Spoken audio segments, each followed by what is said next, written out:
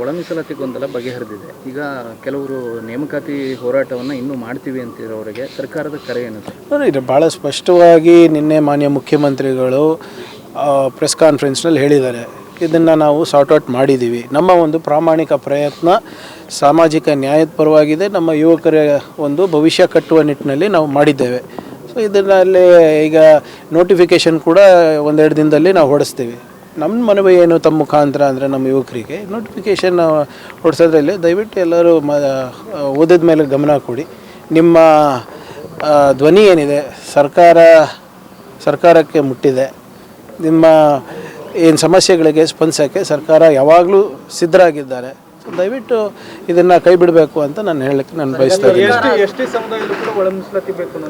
ನೋಡಿ, ಇದನ್ನು ಕೂಡ ನಿನ್ನೆ ಸರ್ಕಾರ ಭಾಳ ಸ್ಪಷ್ಟವಾಗಿ ಹೇಳಿದೆ, we are committed for 24% reservation. ಈಗ ಅದನ್ನು 6% ಬ್ಯಾಕ್ಲಾಗ್ ಅಂತೂ ಇಡ್ತಾ ಇದ್ದೀವಲ್ಲ, ಸೊ ಅದನ್ನು ಕೂಡ ಸ್ಪಷ್ಟವಾಗಿ ಹೇಳ್ತಾ ಇದ್ದೀವಲ್ಲ. ಇವಾಗ ಕೋರ್ಟ್ ನಿರ್ಧಾರ ತೊಗೊಂಡ ತಕ್ಷಣ ಅದನ್ನು ಕೂಡ ಅವರು ಕೋರ್ಟ್ ನಿರ್ದೇಶನ ಏನು ಕೊಡುತ್ತೆ ಅದ್ರ ಪ್ರಕಾರ ನಾವು ನಡ್ಕೋತೀವಿ. ಸರ್ಕಾರ ಬೀಸೋದೊಣ್ಣೆಯಿಂದ ಪಾರಾಗಿದೆ, ಜನರಿಗೆ ವಂಚನೆ ಮಾಡಿದೆ ಅಂತ ಚಲವಾದಿಯವರು ಆರೋಪ ಮಾಡಿದ್ದಾರೆ. ಆಯ್ತು ರೀ, ಬಂದು ಪ್ರತಿಭಟನೆ ಮಾಡೋಕೆ ಹೇಳ್ರಿ ಚಲವಾದಿಗೆ. ಈಗ ಇವ್ರ ಕಡೆ ಅಂತೂ ಇವ್ರ ಸರ್ಕಾರದಲ್ಲಿದ್ದಾಗ ಏನು ಮಾಡಿದ್ರು, ವಿಧಾನಸೌಧ ವ್ಯಾಪಾರ ಸೌಧ ಮಾಡಿದರು. PSI ಹಗರಣದಾಗ ಎಲ್ಲ ಆದಾಗ ಇವ್ರಿಗೆ ಬಾಯಿಗೆ ಬೀಗ ಬಿದ್ದಿತ್ತೇನ್ರಿ? ಅವಾಗೆಲ್ಲ ಯಾಕೇನು ಮಾಡಿಲ್ಲ ಇವರು? ಈಗ ಇವರೆಲ್ಲ ಮಾಡಲಾರ್ದ ಕಾರಣ ತಾನೇ ಅವರು ಸರ್ಕಾರದ ಇಲ್ಲ. ಇವತ್ತು ಯುವಕರ ಭವಿಷ್ಯವನ್ನು ಇವರು ಮಾರಾಟಕ್ಕೆ ಇಟ್ಟಿದ್ದಕ್ಕೆ ತಾನೇ ಇವತ್ತು ಯುವಕರೆಲ್ಲರಿಗೂ ಇವರಿಗೆ ವಿರೋಧ ಪಕ್ಷದಲ್ಲಿ ಕೂಡಿಸಿರೋದು. ಸುಮ್ಮನೆ ಏನೋ ಚಪ್ಪಳಿಗೆ ಮಾತಾಡಿದ್ರೆ ಏನು ಹೇಳೋಕ್ಕಾಗಲ್ಲ. ನಾವು ಅದಕ್ಕೆಲ್ಲರಿಗೂ ಉತ್ತರ ಕೊಟ್ಕೊಂಡು ಹೋಗೋಕ್ಕಾಗಲ್ಲ. ಅದಕ್ಕೆ ಸರಿ, SSLC ರಿಸಲ್ಟ್ ಇಟ್ಕೊಂಡು AI ವಿಡಿಯೋಗಳನ್ನ ಕ್ರಿಯೇಟ್ ಮಾಡೋದು ಪಾಪ ಅವರು ಬೌದ್ಧಿಕ ದಿವಾಳಿ ಆಗಿಬಿಟ್ಟಿದ್ದಾರೆ. JDS ಅವರು, BJP ಅವರು. ಈಗ ಕಲಬುರಗಿನಲ್ಲಿರ್ಬೋದು, ಬೇರೆ ಜಿಲ್ಲೆನಲ್ಲಿರ್ಬೋದು, ಎಲ್ಲರೂ ಕೂಡ ಆಲ್ಮೋಸ್ಟ್ ನಮ್ಮ ಕಲಬುರಗಿ ಜಿಲ್ಲೆಯಲ್ಲಿ 92% ಬಂದಿದೆ ಸರ್ಕಾರಿ ಶಾಲೆಗಳಲ್ಲಿ. ಖಾಸಗಿ ಶಾಲೆಗಳಲ್ಲಿ ಕಮ್ಮಿ ಆಗಿದೆ. 92% ಬಂದವ್ರಿಗೆ ದಡ್ರ ಅಂತಾರೆ ಇವರು. ಆಮೇಲೆ ಆಯ್ತಪ್ಪ ನಮ್ಗೆ 70% ಬಂದಿದೆ ಅಂತ ಇಟ್ಕೊಳ್ಳಿ. ಇವ್ರು ಯಾರು ಮಾತಾಡೋಕ್ಕೆ ಅದಕ್ಕೆ? ಅಂದರೆ ಇವರಿದ್ದಾಗೆಲ್ಲ ಮಾಡಿದ್ರ? ಈಗ ಇವರೆಲ್ಲ ಯಾವಾಗ ನೋಡಿದ್ರು ಖರ್ಗೆ ಸಾಹೇಬ್ರ ಬಗ್ಗೆ ಮಾತಾಡ್ತಾರೆ, ನಮ್ಮ ಬಗ್ಗೆ ಮಾತಾಡ್ತಾರೆ. ಇವರು ಸುದೀರ್ಘವಾಗಿ ಆಳಿರೋದಲ್ಲ. ಏನು ಶಿವಮೊಗ್ಗ ಇವತ್ತು ಏನು ಸಿಂಗಾಪುರ್ ಆಗಿದೆಯಾ? ಇವರು ಇದ್ರಲ್ಲ ಇಷ್ಟು ವರ್ಷ, ಯಾರ್ಯಾರು ಮಾತಾಡ್ತಾ ಇದ್ದಾರೆ. ಇವರು ಕೂಡ ಮುಖ್ಯಮಂತ್ರಿ 4 ಸರಿ 3 ಸರಿ 2 ಸರಿ ಆದವರಲ್ಲ.